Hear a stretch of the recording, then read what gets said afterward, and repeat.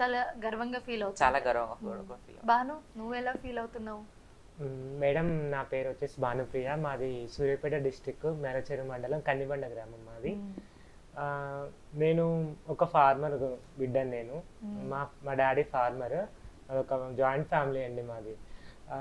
అందులో నేను ఇట్లా ఇట్లా ట్రాన్స్గా నేను పుట్టడం అది నాకు దేవుడిచ్చిన వరము శాపం. నేను ఇట్లా పుట్టిన 10th వరకు చదువుకున్నాను.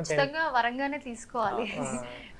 ఆ 10th లో నాకు 10/10 GPA కూడా వచ్చింది. నాకు చాలా మంచి మెరిట్ స్టూడెంట్ మేడం నేను. ఆ తర్వాత నా 10th అయిపోయిన తర్వాత కొంచెం ఇంట్లో ఇష్యూస్ వల్ల నా పర్సనల్ రీజన్స్, అంటే నాకు నాలో ఆడతనం ఉంది, అది వద్దన్న కొద్దిగా ఆ ఫీలింగ్స్ నాలో వస్తున్నాయి. అవి నేను కంట్రోల్ చేసుకునే సిచ్యువేషన్ నాలో లేదు. సో నేను ఆ టైంలో మా ఇంట్లో చెప్పేసి నేను ఇంట్లో నుంచి బయటకు వచ్చేసిన మేడం. నేను ఇప్పటికీ నా దగ్గర పాకెట్ మనీ ఉన్నాయి. ఆ పాకెట్ మనీతోనే నేను హైదరాబాద్ వచ్చేసిన. బట్ అప్పుడు నాకు కమ్యూనిటీ గురించి తెలియదు అసలు. అప్పుడు మీ ఏజ్ ఎంత? అప్పుడు నా ఏజ్ వచ్చేసి 17 years. 17 years లో మీరు ఇంట్లో నుంచి వచ్చేసిన నేను.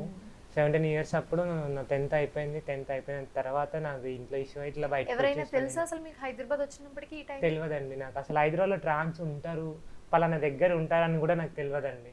అప్పుడు నా దగ్గర టచ్ ఫోన్ ఉండే. ఎక్కడికి వెళ్ళాలో తెలియక నేను ఒక 3-4 days నేను MGVS బస్ స్టాండ్లోనే ఉన్నానండి. నేను ఇక తింటే పైసలు అయిపోతాయేమో అని 3-4 రోజులు నేనైతే నా ఆకలిని చంపుకొని ఏడ పైసలు అయిపోతాయి అని అట్లనే 4 days బస్ స్టాండ్లోనే గడిపినండి. నేనైతే చాలా ఇబ్బంది పడ్డాను.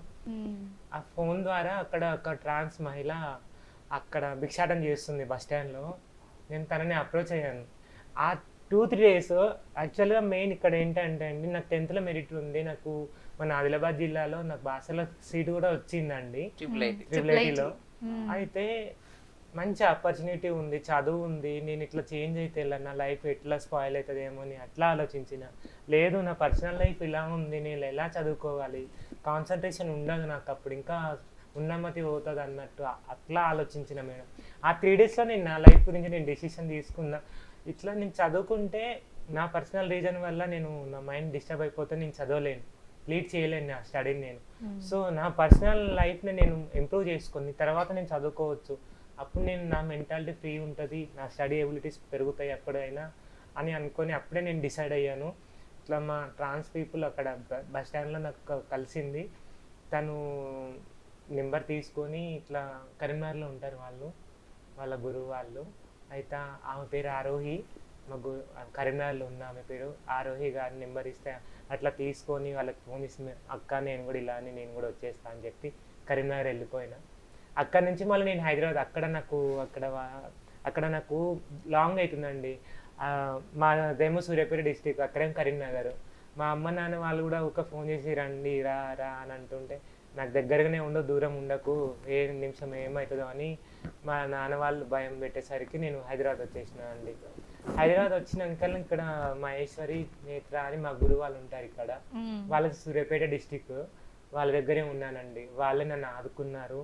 నాకు 1 సంవత్సరం తర్వాత వాళ్ళ దగ్గరికి వచ్చినాక నాకు సర్జరీస్ చేయించారు.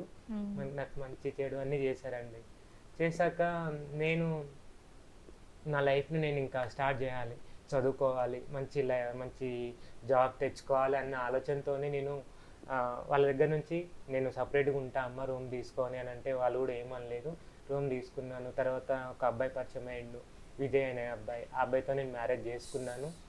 మ్యారేజ్ అయిన తర్వాత కూడా మా హస్బెండ్ సపోర్ట్ కూడా నాకు ఉంది చదువులో కానీ.